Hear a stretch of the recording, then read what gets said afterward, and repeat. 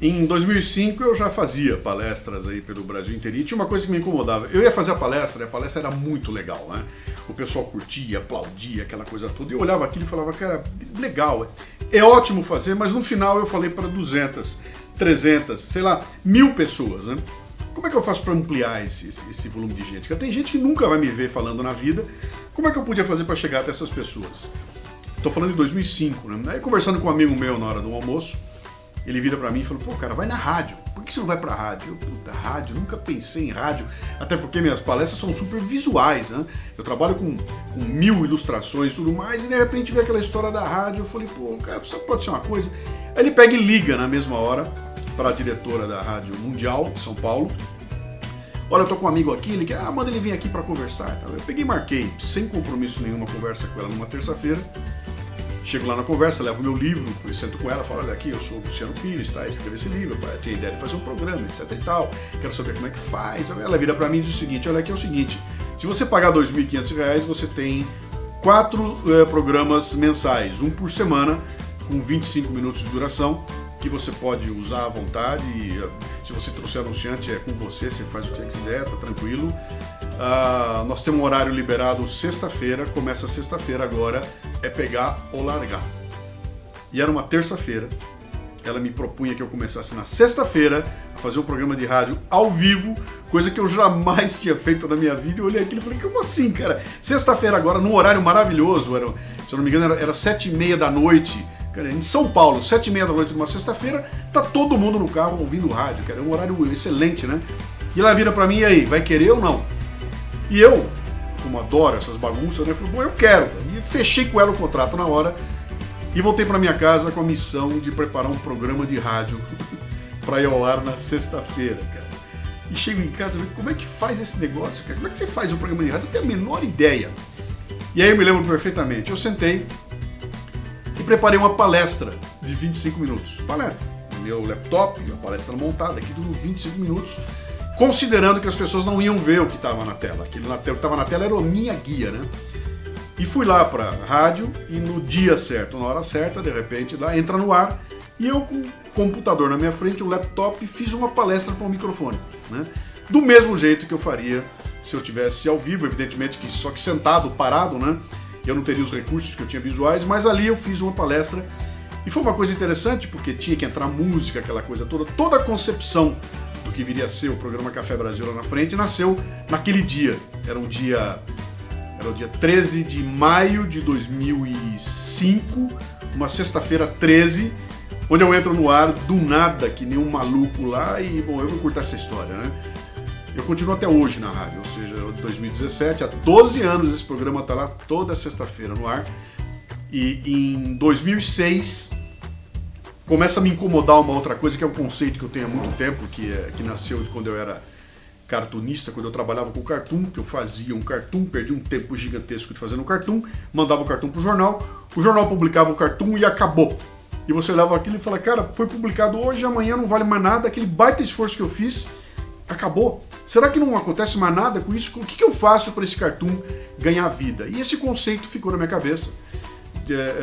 De maneira que hoje, quando eu sento para preparar qualquer tipo de trabalho, eu estou pensando lá na frente, né? Muito bem, estou escrevendo um artigo.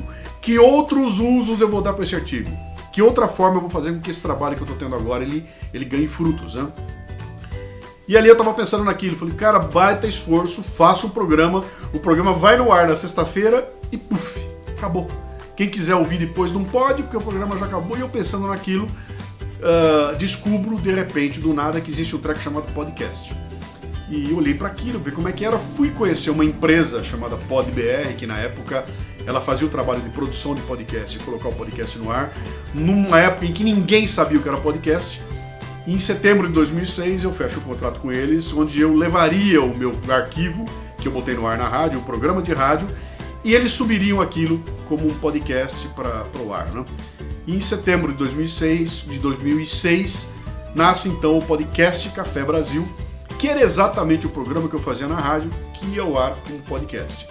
E eu me lembro que na hora que eu fui assinar o contrato, eu sentei com eles e falei assim, olha cara, o dia que eu tiver 3.000 downloads, eu vou ser o cara mais feliz do mundo.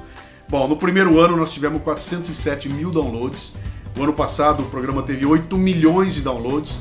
Ele não demorou muito para o programa deixar de ser um programa de rádio publicado como podcast, para ser um podcast que também vai ao ar em rádio. Ele está hoje em 30 rádios do Brasil. Ele nasceu como podcast, é feito e produzido como podcast. E eu faço, com orgulho, eu digo isso, eu faço podcast no Brasil há 12 anos. E a maioria absoluta das pessoas que eu converso não sabe o que é um podcast.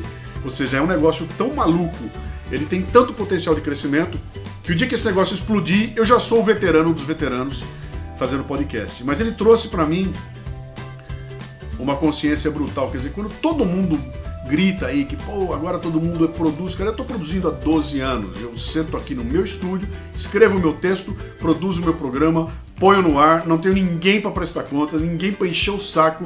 Eu falo o que eu quiser.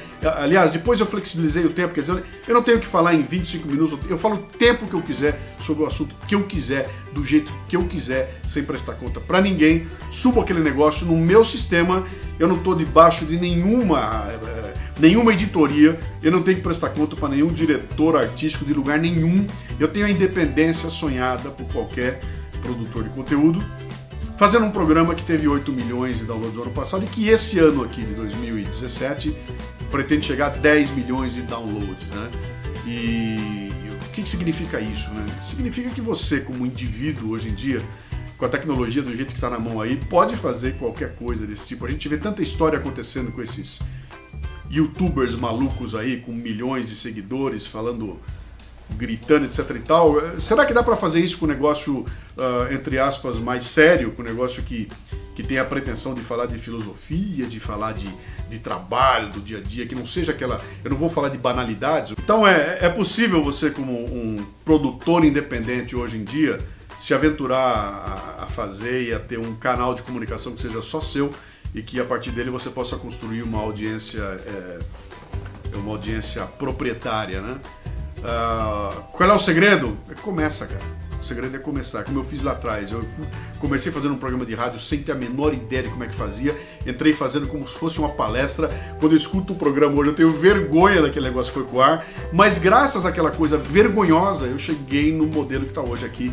Então as pessoas quando vêm, olham e falam, puta, mas ele hoje, ele tem um estúdio.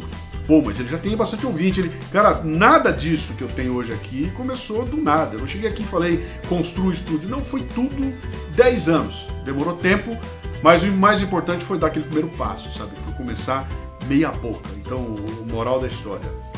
Faça simples, publique, deixa as pessoas usar e depois você sofistica. Vai fazer o sofisticado, o colorido, lindo, maravilhoso lá na frente. O importante é, cara, bota no ar, bicho. Deixa as pessoas olhar, consultar e depois você vai crescer e uma hora você chega lá com seus 8 milhões de downloads também.